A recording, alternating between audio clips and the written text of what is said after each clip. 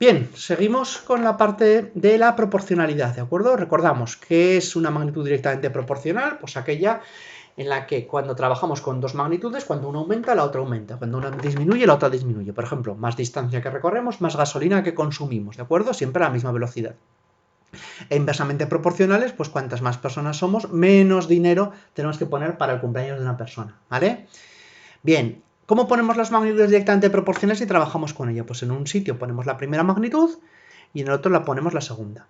¿Cómo podemos comprobar que son directamente proporcionales? Porque existe una constante de proporcionalidad. Es decir, ¿qué va a pasar? Que cuando yo multiplico esto por 3, esto también se multiplicará por 3, ¿vale? Entonces 12 por 3, 36 y 8 por 3, 24. Si eso no sucede, es decir, si esto al multiplicar por 3, la otra no se multiplica por 3, se multiplica por otra cantidad, o incluso se divide, no van a ser directamente proporcionales.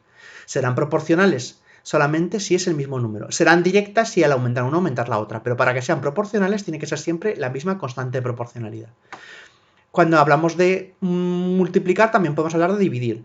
Muchas veces lo que vamos a hacer es, por ejemplo, coger esta y vamos a hacer lo que se llama reducir a la unidad, para saber, por ejemplo, en este caso, que es el dinero que nos gastamos frente a los kilos de fruta que compramos, a cuánto sale el kilo de fruta.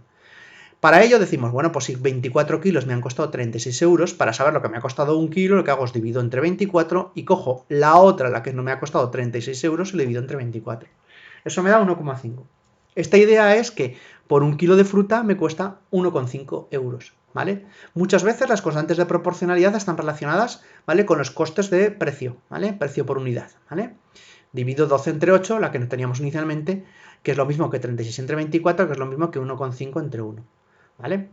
¿Cuánto cuesta un kilo de fruta? Esto es lo que se llama la reducción a la unidad. En realidad, cuando son fracciones equivalentes, tendrá que pasar que esto por esto sea igual que esto por esto. Es decir, que suceda que tengamos dos fracciones equivalentes cuando coloquemos una fracción partido, una magnitud partido por la otra y otra magnitud partido por la otra, ¿vale? Entonces, es más, esto nos puede recordar directamente a fracciones equivalentes, ¿vale? Hay dos constantes de proporcionalidad, la que es la grande entre la pequeña y la pequeña entre la grande, ¿vale? Están relacionadas entre sí aunque el valor es distinto. Bueno, seguimos.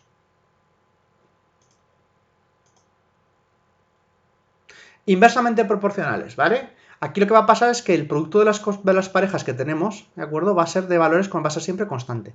Es decir, si nosotros tenemos dos variables que son directamente inversamente proporcionales, cuando multipliquemos la pareja te tiene que dar siempre el mismo valor, ¿vale?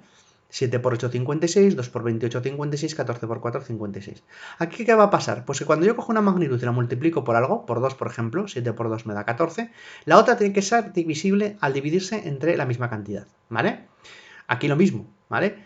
¿Qué es lo que va a pasar? Que cuando nosotros reduzcamos a la unidad, lo que vamos a conseguir es saber lo que nos cuesta por una unidad, por una sola persona. Entonces, ¿qué haremos? Pues si pasamos de 7 a 1, estamos dividiendo entre 7. Con lo cual, para pasar de 8 al siguiente valor, tenemos que multiplicar por 7, ¿vale?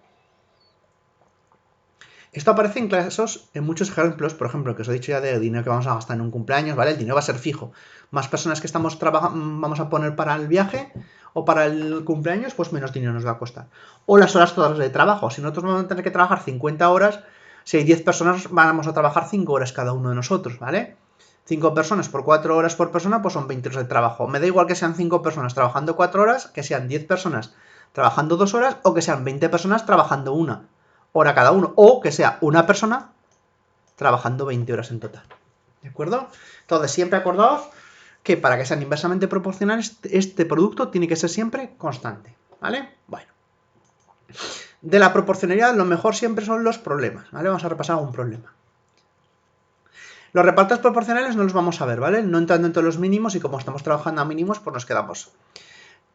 Cálculo de porcentajes, ¿vale? Cuando hagamos actividad económica. Vale.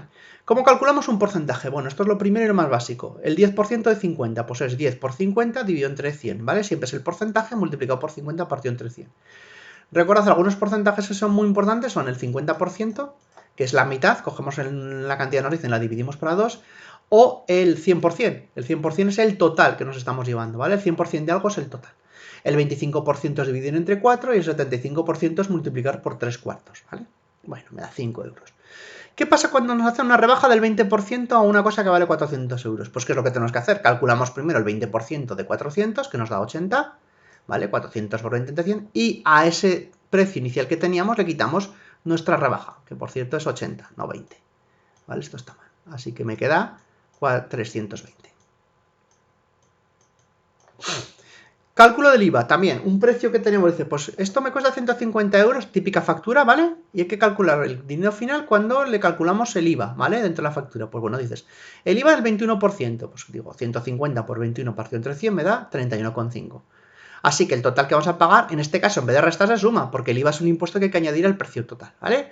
150 más 31,5, 181,5, que sería el precio final. ¿Vale? Podemos tener que sumar o tenemos que restar en función de que si es una rebaja o si es un cálculo de IVA. ¿Vale? Muy interesante este problema. Pongo 5.000 euros al 5% de interés. ¿Cuánto dinero tendré al final del año? Bueno, el primer año es del segundo año, ¿vale? El primer año es muy fácil, calculo el 5% de 5.000, que son 250. ¿De acuerdo? Pues al finalizar el primer año tengo 5.250. Puede pasar dos cosas. O que yo saque el dinero y entonces solo deje 5.000 euros y ese 5.000 euros al final del segundo año me dejen 5.250, con lo cual en realidad he ganado 250 más 250, 500 euros, o que yo deje el dinero sin sacarlo, y entonces, ¿qué pasa? Que le calculo el 5%, pero no a 5.000, sino a 5.250, que es el dinero que teníamos al finalizar el primer año. Eso me da 262,5. Fijaros, en vez de 250, gana 262,5. Así que al final del segundo año tengo 5.512,5 euros. He ganado 512,5. Por eso sucede muchas veces que cuando nosotros estamos metiendo un dinero en un banco, nos interesa dejarlo durante mucho tiempo sin sacarlo. ¿Por qué? Porque los intereses que nosotros tenemos se van acumulando y eso hace que cada vez que nos aplique la cantidad del 5%, el 2%, el 3% de intereses, en vez de calcularse de la cantidad inicial que teníamos al principio, se calcula de lo que vamos acumulando a lo largo del tiempo. Claro, si yo saco el dinero, pues el interés que me van a dar es solamente referido al del primer año, ¿vale? Entonces, pues a veces nos interesa. Bueno, con esto cerramos la parte de la teoría de proporcionalidad.